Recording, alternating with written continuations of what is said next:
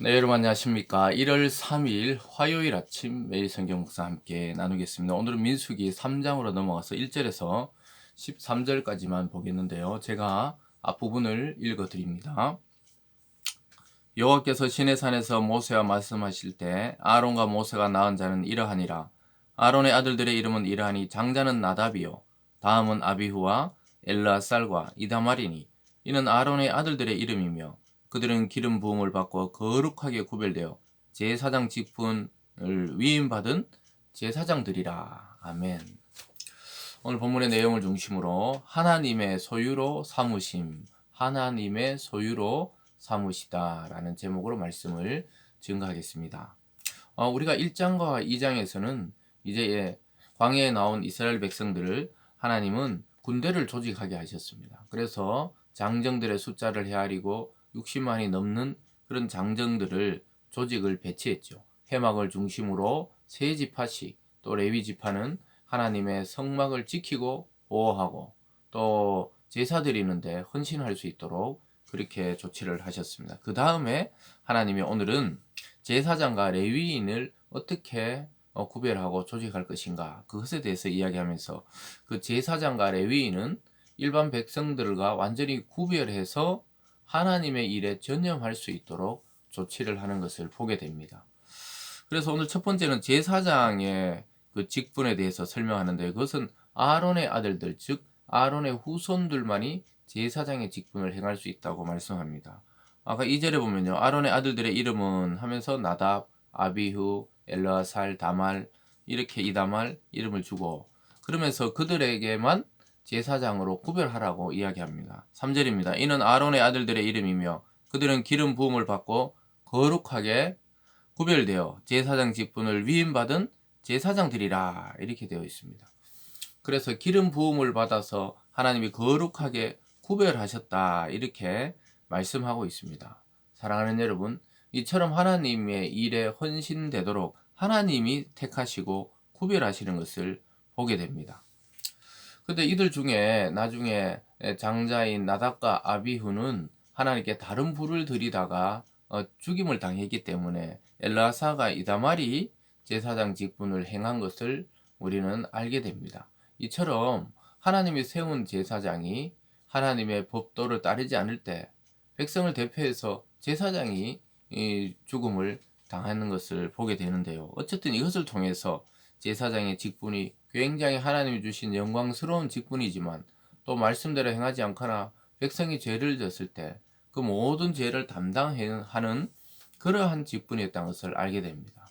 특별히 신약으로 넘어오면 히브리서에서 예수님께서 우리의 대제사장이 되셔서 직접 하늘 보좌 앞에 제사를 드리고 또 직접 자기 자신이 십자가의 피를 뿌려 제물이 되셨다는 사실을 우리가 알고 있는데요. 그래서 구약의 제사장이 온 백성을 대표했다면 그리스도는 온 세상의 죄를 대신하는 대제사장과 속죄 제물이 되셔서 직접 자기가 자기 몸을 하나님께 희생제사를 드림으로 하늘과 우리가 연결되는 그러한 통로가 되어 주셨죠. 그래서 이 제사장의 직분은 결국 그리스도 안에서 나중에 완성이 된다는 것을 보여주고 있습니다. 또 하나의 특징적인 사람들이 바로 제사장을 돕도록 레위인을 뽑는 것을 보게 됩니다. 5절에 보면 여호와께서 또 모세에게 말씀하여 이르시되 레위 지파는 나아가 제사장 아론의 앞에 서서 그에게 시종하게 하라, 이렇게 말하고 있습니다. 레위 지파는 따로 구별해서 이 세상에 농사를 짓거나 양을 치거나 그렇게 하지 않고 제사장 그룹을 돕는 직분으로 그렇게 구별해주고 있는 것을 보게 됩니다. 그래서 그들은 회막 안에 있는 것들, 또 회막 이 모든 걸 정비하고 다듬고, 또 제사장이 지시하는 그 제물들을 제사에 드릴 양이나 소나 이런 제물들을 다듬고 이런 일을 했던 것이죠. 9절에 가면요, 너는 레위인의 아론과 그의 아들들에게 맡기라. 그들은 이스라엘 자손 중에서 아론에게 온전히 맡겨진 자들이니라. 너는 아론과 그의 아들들을 세워 제사장 직무를 행하게 하라. 외인이 가까이 하면 죽임을 당할 것이니라. 그래서 돕는 레위인들을 뽑아서 누구에게 맡겼냐? 아론의 후손들이 그들을 감당하도록 했습니다. 또한 제사장 직분을 아무나 행하지 못하도록 레위인조차도 돕기는 도와도 제사장 직무를 자기가 행했을 때는 죽임을 당한다고 이야기하고 있습니다. 아무리 나중에 왕정 시대에도 사울이 그 사무엘을 기다리지 못하고 자기가 제사를 드림으로 하나님의 버림을 받게 되고 왕에서 결국은 그 왕가가 끊어지게 되는 것을 보게 되죠. 하나님 무서운 경고가 이게 나오죠. 그리고 왜 그렇게 엄격하게 하시느냐? 그것은 바로 하나님은 무질서가 아닌 질서의 하나님을 우리가 여기서 볼 수가 있어요. 그래서 우리가 하나님의 자녀고 하나님의 백성이지만 하나님을 가벼이 대하지 않도록 이렇게 엄격하게 또 이야기하고 있습니다. 왜냐하면 하나님 우리의 구원자이시며 창조자이시기 때문에 또 우리가 참 하나님 그를 사랑하고 또 하나님께 나갈 수 있지만 또 함부로 하나님의 이름을 업신여기거나 가벼이 여기지 않도록 이렇게 조치를 하고 있는 것을 보게 됩니다. 그러면서 오늘 마지막에 하나님은 이 레위인들은 자기 것이라고 이야기하고 있습니다. 물론 레위인이 자기 것이란 것은 레위인을 통해서 제사 드리는 모든 이스라엘의 지파가 자기 백성이란 것이지만 구별해서 자기 것이다 이렇게 말합니다. 12절에 보면요. 보라 내가 이스라엘 자손 중에서 레위인을 택하여 이스라엘 자손 중에 태를 열어 태어난 모든 맞이를 대신하게 하였은즉 레위인은 내 것이라 이렇게 말씀합니다.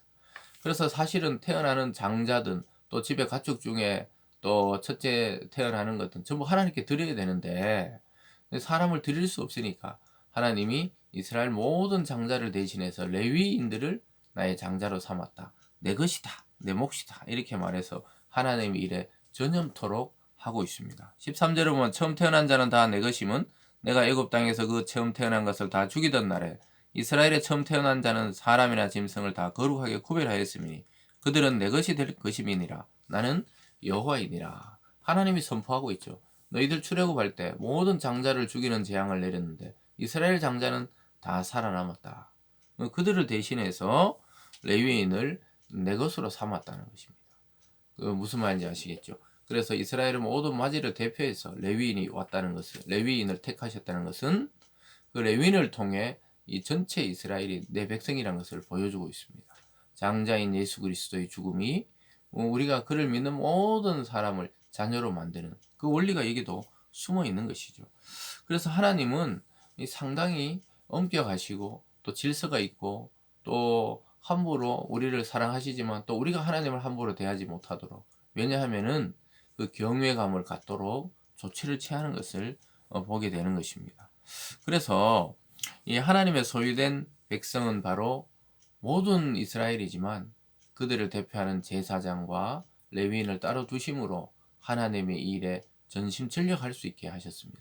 오늘날도 뭐 이 똑같은 그 제도는 아니지만 이 모든 회중들이 다 목회를 할 수 없으니까 그 중에 한두 사람을 뽑아서 또 신학을 과정을 거치고 목회자로 또 청빙을 해서 한 교회나 또 한 나라나 이런 것을 맡아서 담당하도록 하게 하죠.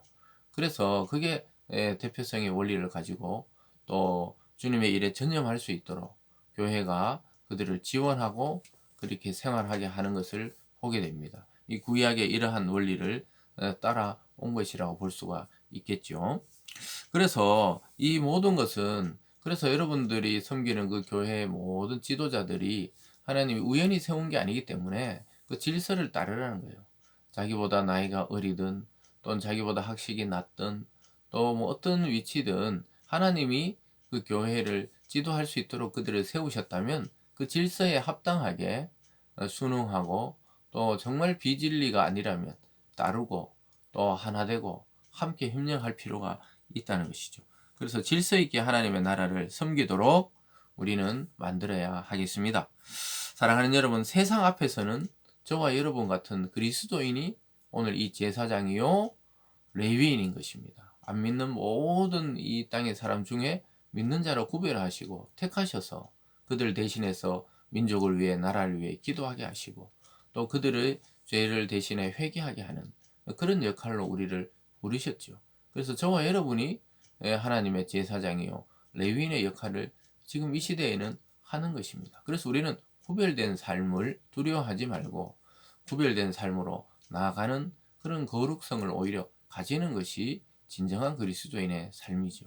오늘 하루도 하나님의 소유로 삼으신 백성답게 살아가는 저와 여러분이 되기를 바랍니다. 기도하겠습니다.